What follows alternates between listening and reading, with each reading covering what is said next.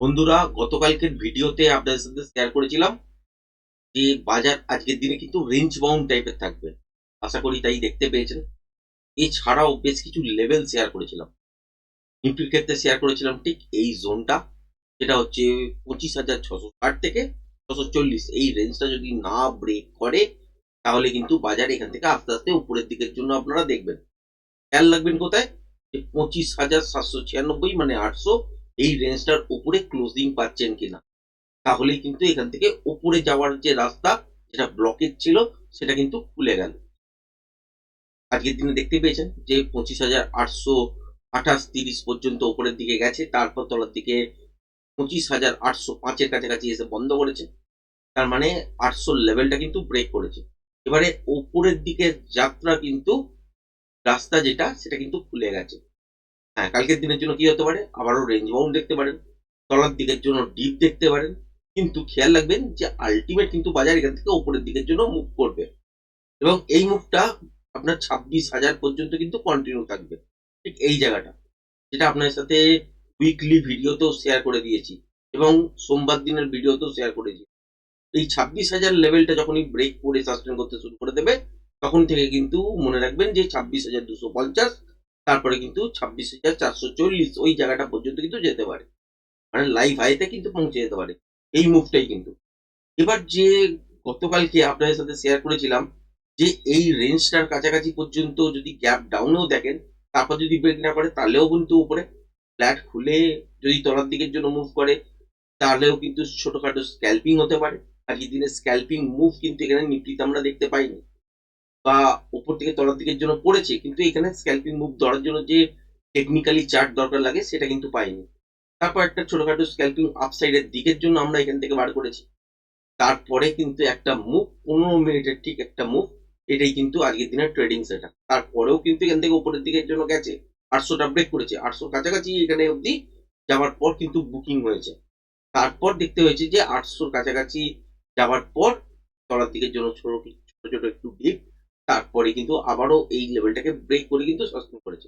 এখানে প্রাইস কিন্তু বেড়েছে মোটামুটি, কিন্তু এখানে অবধি যা প্রিমিয়াম ছিল, এটা কিন্তু জাস্ট ক্রস করেছে, খুব বেশি কিন্তু বাড়েনি এটা ব্রেক হওয়া সত্ত্বেও।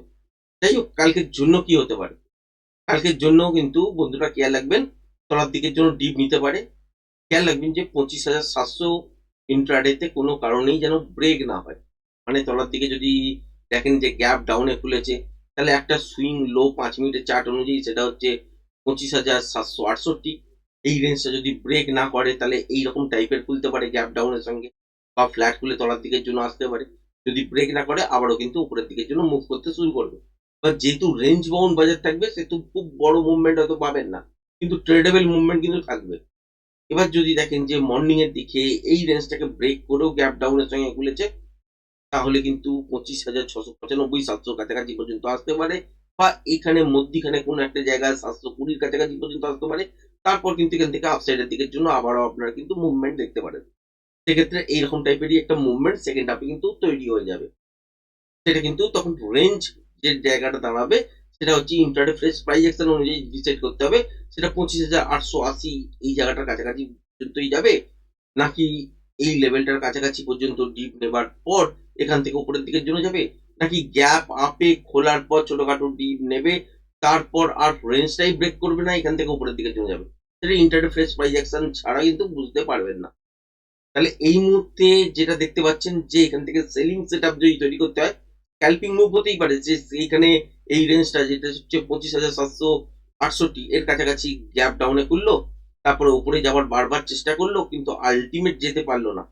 সেক্ষেত্রে আমরা কি দেখতে পারি, মানে এইরকম টাইপের যদি সিচুয়েশন দেখেন, যে তলার দিকে আসছে, উপরের দিকে যাচ্ছে, তলার দিকে আসছে, উপরের দিকে যাচ্ছে, কিন্তু উপরে কোনোভাবেই ব্রেক করতে পারছে না, তাহলে ইন্ট্রাডে সুইং লো ব্রেক করলে স্ক্যাল্পিং মুভ তলা পর্যন্ত পেতে পারি, কিন্তু এর বেশি কিছু পাবো না। বা এখানে যদি ট্রেডিং সেটআপ না দাঁড়ায়, তাহলে এই ট্রেডটাও হয়তো হতে, যদি দেখেন যে তলার দিকে ব্রেকও করেছে, তাহলে আলটিমেট হয়তো ট্রেড করার সুযোগও হয়তো পেলেন না, সেটাও হতে পারে। দেখলেন যে গ্যাপ ডাউনে খুলেছে, ছোট ছোট মুভ নেবার পরে দেখলেন যে একটা 5 মিনিটের বড় একটা মুভমেন্ট তলার দিকে জন্য চলে এলো, সেটাও কিন্তু পসিবল। কিন্তু এখানে হয়তো সেলিং প্রেসারের দিকে যাবেন না, এখানে স্কেলিং যদি দাঁড়ায়ও, তাহলে হচ্ছে স্ক্যাল্পিং আকারে দাঁড়াবে, এর থেকে বেশি কিছু দাঁড়াবে না। প্রত্যেকটা ডিপে এখান থেকে কিন্তু বাইং সেট তৈরি হয়ে যাবে এবং আপসাইডের দিকের জন্য 26,000-এর উদ্দেশ্যে হবে। যেহেতু বাজারের মধ্যে রেঞ্জ বাউন্ড টাইপের সিচুয়েশন, খুব বড় মুভমেন্ট কালকের দিনেই 26,000 দেখবেন সেটা বলছি না। আবার দেখতেও পারেন যে এই ছোটখাটো ডিপ নেবার পর যদি সাস্টেন করে যায় বাজার, তাহলে 26,000 পর্যন্ত মুভমেন্টটা কন্টিনিউ কিন্তু হতে পারে। এবার সেলিং প্রেসার কোথা থেকে আসবে? যখন দেখবেন এই রেঞ্জটা ব্রেক করবে তখন আসবে। যেটা হচ্ছে 25,660 থেকে 640, এই রেঞ্জটা ব্রেক করে যদি কন্টিনিউ সাস্টেন করতে শুরু করে, তখনই কিন্তু সেলিং প্রেসার এখান থেকে শুরু হবে। তার আগে কিন্তু হবে না, ছোটখাটো স্ক্যাল্পিং হতে পারে, এর থেকে বেশি কিছু পাবেন না। তাহলে এখন যে সিচুয়েশনটা দাঁড়িয়ে আছে, এখানে কিন্তু ডিপস অন বাইতেই কিন্তু আপনাকে করতে হবে এবং প্যাটার্ন অনুযায়ী আপনাদের সাথে উইকলি ভিডিও তো শেয়ার করেছিলাম দুটো প্যাটার্ন, এবং বলেছিলাম যে 3 নম্বর প্যাটার্নটা কিন্তু আমি এই মুহূর্তে ড্র করলাম না। এই প্যাটার্নটা কিন্তু যদি লাগে তাহলে কিন্তু এই মুভটা রিভার্সালেও কনভার্ট হতে পারে এবং সেটাই কিন্তু আমরা দেখতে পাচ্ছি। 3 নম্বর প্যাটার্নটাই অ্যাক্টিভেট হয়েছে এবং এই প্যাটার্ন অনুযায়ী উপরের দিকের জন্য টার্গেট আপনি আরো কনফার্মেশন পেয়ে যাবেন 26,000-এর ওপর এবং 26,050, 440 এই জায়গাগুলো পর্যন্ত টার্গেট কিন্তু দেখতে পারেন।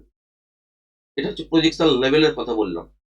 ব্যাংক নিফটির ক্ষেত্রে যদি দেখেন, ব্যাংক নিফটির ক্ষেত্রে আপনার সাথে গতকালকের ভিডিওতে শেয়ার করেইছিলাম যে 61,050 এই রেঞ্জটার তলায় যদি দেখেন যে বাজার খুলেছে, গ্যাপ ডাউনে খুলেছে, তাহলে হয়তো তলায় স্ট্রেট এই জায়গাটা পর্যন্ত চলে আসতে পারে, যেটা হচ্ছে 60,950, 30 এইসব জায়গার কাছাকাছি পর্যন্ত।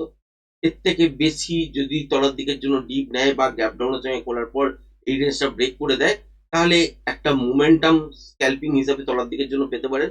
কিন্তু এখান থেকে যেরকম ধরনের মুভমেন্ট হচ্ছে বা নিফটিতে যে জায়গাটা নিয়ে আপনাদের সাথে কনফিউশন ছিল যে 800 যদি ব্রেক করে না সাসপেন্ড করতে পারে, তাহলে এখান থেকে যে উপরের দিকের রাস্তাটা যেটা ব্লকেজ ছিল সেটা যেমন করলো আজকের দিনে, সেটা কিন্তু এই প্রবলেমটা কিন্তু ব্যাংক নিফটির ক্ষেত্রে ছিল না। গতকালকের ভিডিওতেই আপনার সাথে কিন্তু আলোচনা করেছিলাম। সুতরাং এখান থেকে এই রেঞ্জটা যদি ব্রেক না করে, সুইং লো যদি ব্রেক না করে, তাহলে আলটিমেট কিন্তু উপরের দিকের জন্য মুভ করবে। সেটাই কিন্তু দেখেছি। প্রথম দিকে তো নয়েজ ছিলই, তারপরে নিফটিতে যেমন একটা সুন্দর ট্রেডিং সেটআপ পেয়েছি, ব্যাংক নিফটিতেও কিন্তু একটা সুন্দর ট্রেডিং সেটআপ এতদূর পর্যন্ত পেয়েছি। তারপরেও একটা ছোটখাটো ডিপ নেবার পর আবারও উপরের দিকের জন্য এইখানে কিন্তু কোনো অ্যাটেম্প করিনি। কিন্তু এই মুভমেন্টেই যা হয়েছে, যথেষ্ট সুন্দর মুভমেন্ট কালকের দিনের জন্য, মানে আজকের দিনের জন্য পেয়েছি। কালকের দিনের জন্য যদি ট্রেডিং সেটআপ ভাবতে যান, তাহলে কি হতে পারে?